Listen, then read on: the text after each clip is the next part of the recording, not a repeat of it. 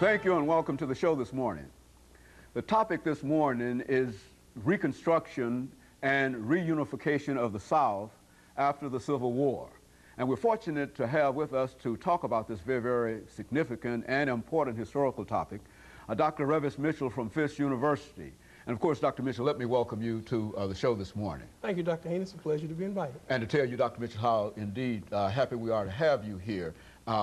This is the beginning of a new season for us, and we've had you on just numerous of times, a number of times, yes. And each time, as we said before, you bring us such excellent information. As a matter of fact, we often think about the video that we did with you on slavery and the Emancipation Proclamation and all of those things. And so what we'd like to do today, Dr. Mitchell, is to recognize that this is really the beginning of the voting season here, and so to sort of bring a topic in that would deal with the suffrage and the whole problems that came out of the Reconstruction of the South. But before we get into that, Dr. Mitchell, let's have you to give us some information about your background, your education, and what in a real sense motivated you to do the things that you're doing.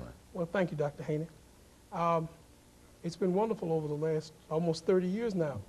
I've been on the faculty at Fisk for 20 years. I'm a native of Nashville, educated in the Catholic and public schools of Nashville, attended undergraduate school at Fisk, and did a master's degree at Tennessee State and a doctoral degree at Middle Tennessee State. But I guess this morning I'm going to rather surprise you. I was looking back over some notes, and 30 years ago this year in 1972, I was invited to Vanderbilt to hear a young professor who they had brought there named James Haney. Okay, that's a long time. I was brand new faculty at MTSU, and you reach a point in life where you're looking through your notes and papers. Okay. And there was a young man there with a large afro and a dashiki named James Haney. And I was down at MTSU. We were beginning our teaching careers. That's exactly it. And of course, that's what when we met one another. That's right. That's right. That's been a long time. So it's been, I think, good over the years. The things we've discussed and really the popularization of history. It's really made the teaching of where students come to college now with a great yearning and desire to know about our national past. Since September 11th, one year ago, or the year 2001, Americans have tried to find their place in the world. So it's still a thrilling profession discussing American history, and particularly African-American history. Okay, I'll tell you, Dr. Mitchell, let's talk about the period of Reconstruction, the period that followed immediately after the war. And I think you noticed that when we introduced the topic today, we said Reconstruction and reunification of the South after the Civil War, and et cetera. Let's talk about that, and let's have you to start talking about it by talking about what you consider to be the Reconstruction period in American history, and sort of bring our audience into what we're doing. The Reconstruction period is one of the most vital periods in the country's history. Generally, when history is taught, high school and college level, we teach it from exploration to 1865. We pick up with the war and Reconstruction. I tell people the Reconstruction period did for me as an African American what the end of the American Revolution did not do. It provided me with the vote. It provided me, it freed me. So it's what we call a watershed event in United States history. What we sometimes don't realize is that it was a great political struggle.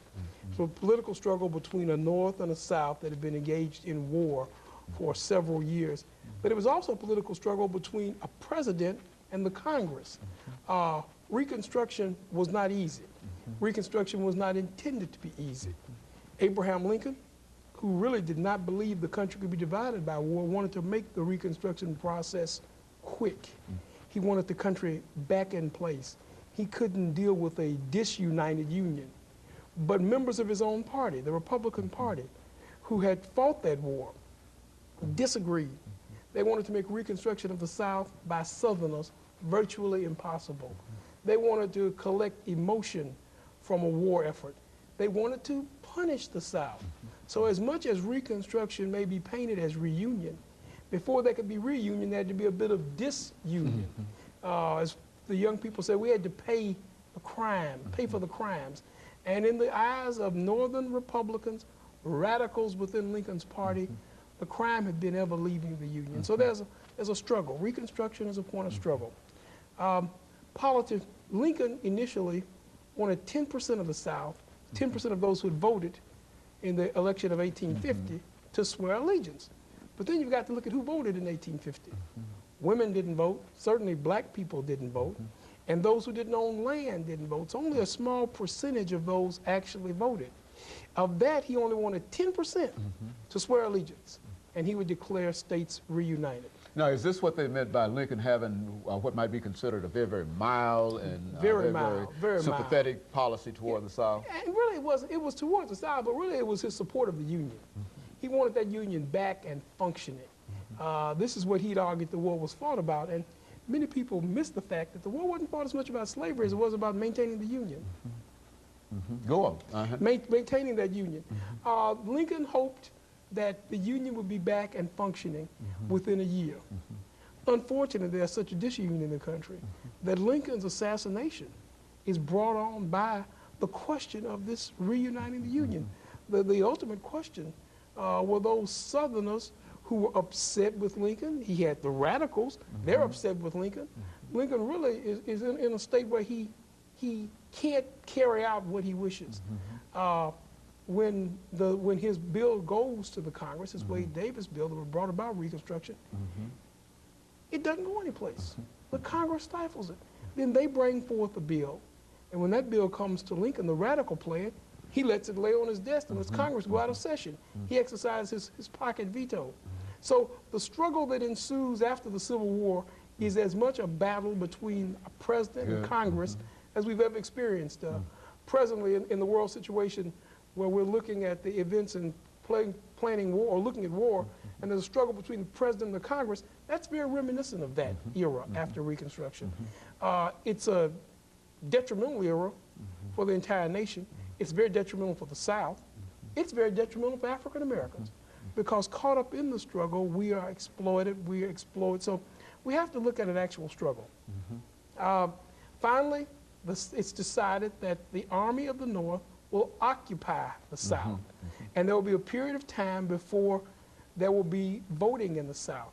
They decide, those who control the Congress decide, that they want the Southern states to swear they had always been loyal.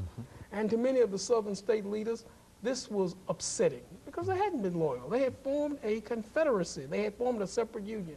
So the struggle for Reconstruction continues. Caught up in that struggle will be the emancipation and the vote of the black man. And there was nothing more troubling to Southerners than to see those who were formerly enslaved suddenly marching to the polls and voting. And so Dr. Mitchell, as we near this first commercial break that we have here today, we find that in this whole struggle that will erupt after the war, which is to say that this is almost a continuation of the intensity of the emotions between the North and the South. It might no longer be the battle as such, but it is emotional and quite involved. But now, one of the things that we'd like for you to talk about after we come back from this break is the citizenship rights of Africans during this time, because I think we know that in 1865, the 13th Amendment is passed that will give them freedom. That's right. But now the 14th Amendment, that's this whole idea of African-American citizenship. I think that's one of the most important elements that we could deal with at this particular point, I mean, in this part of the show this morning. Exactly. And we will always remember that freedom and equality are not synonymous. Good, very good. And of course, after we take this first commercial break, we'll come back and we'll give you an opportunity to talk about the Reconstruction Act of 1867 and how Africans were eventually brought into the whole political process, because there were quite a bit of opposition in the South and to a lesser degree in the northern states in reference to African-American participation in politics and citizenship and whatnot. And I want you to sort of lay that out as you so well do in some of these other parts that we've dealt with before. And of course, we'll be back with our audience following this very, very short commercial break.